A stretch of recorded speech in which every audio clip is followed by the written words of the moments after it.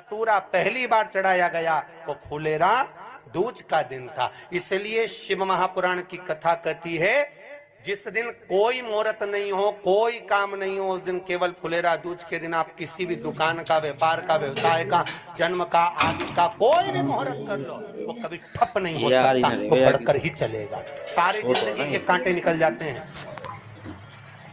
सारी जिंदगी के कांटे समाप्त हो जाते हैं फुलेरा दूज।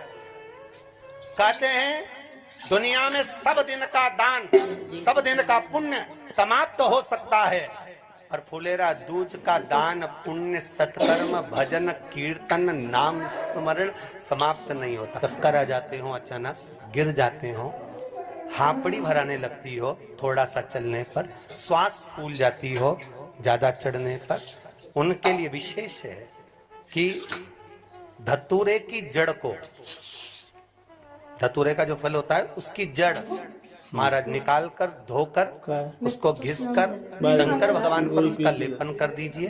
थोड़ी सी जड़ शिव जी पर चढ़ा दीजिए फुलेरा दूज के दिन।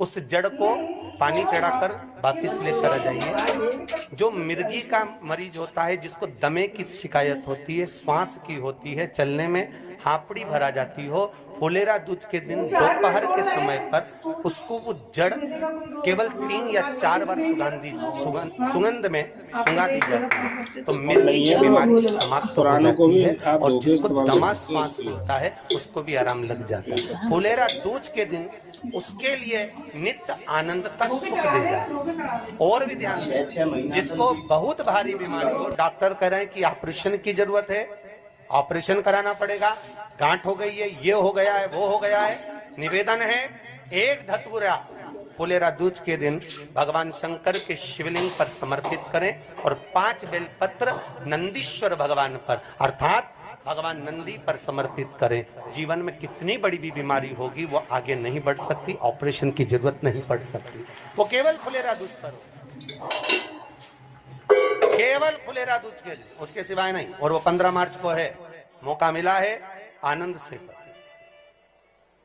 धतूरा होता है विषैला, कैसा होता है? विषैला, बहुत विष होता है धतूरे के अंदर।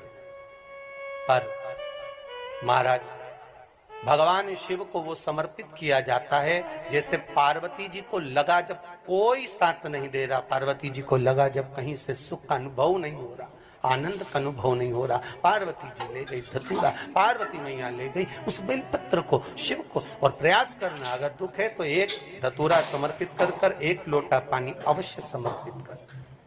उनके लिए भी कहूंगा जिनको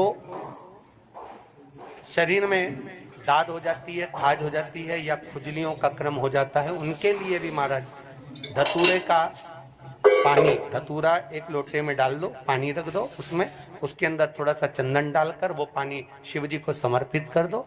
वही पानी को लेकर आ जाइए और कुछ देर तक शरीर में लगाकर बैठ जाइए महाराज। वो केवल फुलेरा दूज का है महाराज, उसको शरीर में लगाकर थोड़ी देर बैठ जाइए, 15-20 मिनट तक। शरीर के अंतर्गत कोई वस्त्र ना हो, उस वस्त्र को उतार कर उसको लगाकर बैठ जाओ। 2.5 से 3 महीने में दांत खाज, किसी भी चर्म रोग होगा वो धीरे धीरे समाप्ति की ओर हो जाएगा। महाराज फुलेरा दूज का महत्व शास्त्र कहता है, भले इसको छुपाकर रखा गया हो शास्त्रों के अनुसार, पर इसकी महत्वता, जो दुकान, जो व्यापार, जो व्यवसाय,